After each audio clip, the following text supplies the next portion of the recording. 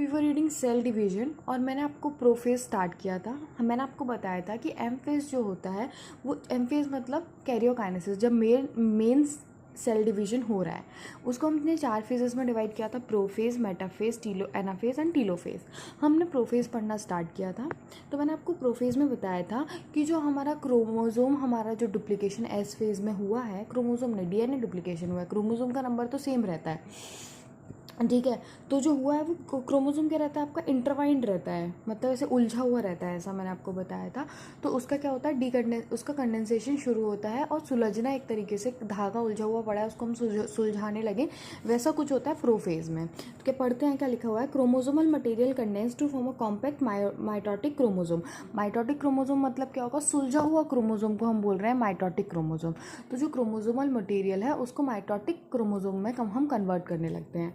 Chromosomes are seen to be composed of 2 chromatid attach together at the centromere. तो बोल रहे हैं कैसा क्रोमोसोम दिखता है, देखो कुछ ऐसा, ये सेंट्रोमियर है और ये 2 क्रोमैटिड है, ठीक है, कुछ ऐसा आपका क्रोमोसोम दिखता है, ठीक है। उसके बाद बोल रहे हैं centromere which has undergone duplication during the interface. Centrosomes जो कि क्या हुआ है इंटरफेस में के टाइम पे, जब उनका क्या होता है डुप्लीकेशन होता है, वो अपोजिट पोल्स पे जाने लगते हैं, ऐसे कुछ अपोजिट पोल्स पे जाने लगते हैं। Each centrosome radiate out microtubule call asters. तो सेंट्रियोल्स जो है ना, सेंट्रियोल्स क्या होते हैं, देखो सेंट्रियोल्स कह रही हूँ, सेंट्रोसोम्स क्या होते हैं, सेंट्रोसोम्स ऐसे 2 परपेंडिकुलर स्ट्रक्चर्स होते हैं, ठीक है, इनके अराउंड कुछ सब्सटेंस होता है, उससे क्या होता है आपके माइक्रोट्यूब्यूल्स निकलने लगते हैं ऐसे, ठीक है, जिनको हम बोलते हैं एस्टर रेज, ठीक है। उसके बाद बोला गया है each centrosome radiate out the microtubule call asters, जो मैंने आपको बताया ऐसे कुछ धागे टाइप्स के निकलने लगते हैं, ठीक है। उसके बाद बोलते हैं 2 asters together with a spindle fibre from the mitotic apparatus.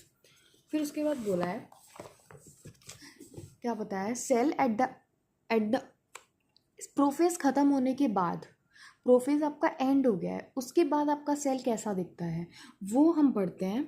तो वो बताया गया है कैसा दिखता है, उसमें ना कोई भी ऑर्गेनल नहीं होते, हमने जो ऑर्गेनल पढ़े हैं ना वो नहीं होते, जैसे गोल्गी कॉम्प्लेक्स नहीं होता, एंडोप्लाज्मिक रेटिकुलम नहीं होता, न्यूक्लियोलस नहीं होता, न्यूक्लियर एनवेलप नहीं होता।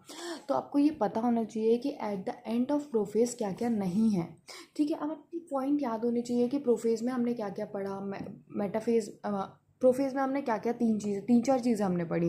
क्रोमोसोमल कंडेंसेशन हो रहा है, ठीक है, और क्या हो रहा है, सेंट्रोसोम जो कि डुप्लीकेट हुए हैं ड्यूरिंग द इंटरफेस, वो अपोजिट पोल पे जा रहे हैं।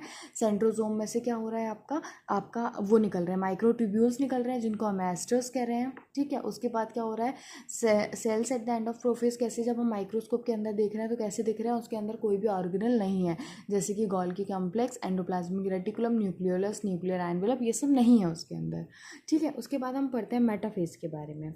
मेटाफेज में क्या होता है, मेटाफेज दूसरा फेज है आपका, प्रोफेज के बाद क्या आता है आपका मेटाफेज आता है।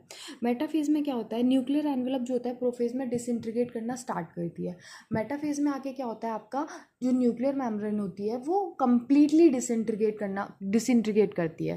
क्या लिखा गया है, the complete disintegration of nuclear envelope marks the start of second phase of mitosis, hence the chromosome are spread through the cytoplasm of the cell. अब देखो न्यूक्लियर एनवेलप क्या है, कवर है न्यूक्लियस का, तो न्यूक्लियस का हमने कवर ही हटा दिया, तो जो क्रोमोसोम कंडेंस हुए हैं वो आपके क्या करेंगे, फैल जाएंगे क्रोमोसोम के अंदर, ठीक है, क्रोमोसोम कह रही हूँ, साइटोप्लाज्म के अंदर फैल जाएंगे वो, ठीक है। उसके बाद वो क्या बोल रहे हैं, by this stage condensation of chromosome is completed. Condensation of chromosome start कब हुआ, आपका प्रोफेज में स्टार्ट हुआ और विजिबल भी होने लग गया क्रोमोसोम कुछ कुछ, लेकिन उसके बाद जो कंप्लीट कब हुआ, जब क्लियरली कब दिखेगा, तो वो दिखेगा आपका मेटाफेज के अंदर।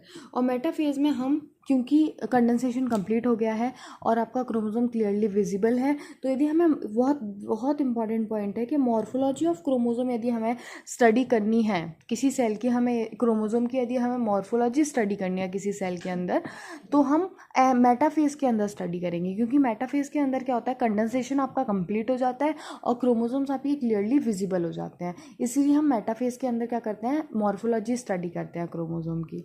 और क्या लिखा गया, at the stage metaphase chromosome is made up of 2 sister chromatid which held together by the centrosome. क्या बोला गया, सेंट्रोमियर, क्या बोला गया है कि 2 सिस्टर क्रोमैटिड होते हैं और वो कैसे रहते हैं, एक सेंट्रोसोम में ऐसे एक सेंट्रोमियर होल्ड करके रखता है 2 सिस्टर क्रोमैटिड्स को, ये क्या है, सिस्टर क्रोमैटिड्स हैं, ठीक है, और उनको होल्ड करके कौन रख रहा है, ये एक सेंट्रोमियर होल्ड करके रख रहा है, यही लाइन लिखी गई है। Small dish shaped structure at the surface of centromere is called kinetochore. जब मैंने आपको सेल साइकिल पढ़ा दी थी तब मैंने आपको पढ़ाया था कि साइड में एक डिश शेप स्ट्रक्चर भी होता है जिसको हम बोलते हैं काइनेटोकोर। ठीक है, यहाँ तक हमने पढ़ लिया है, बाकी हम नेक्स्ट लेक्चर में पढ़ेंगे।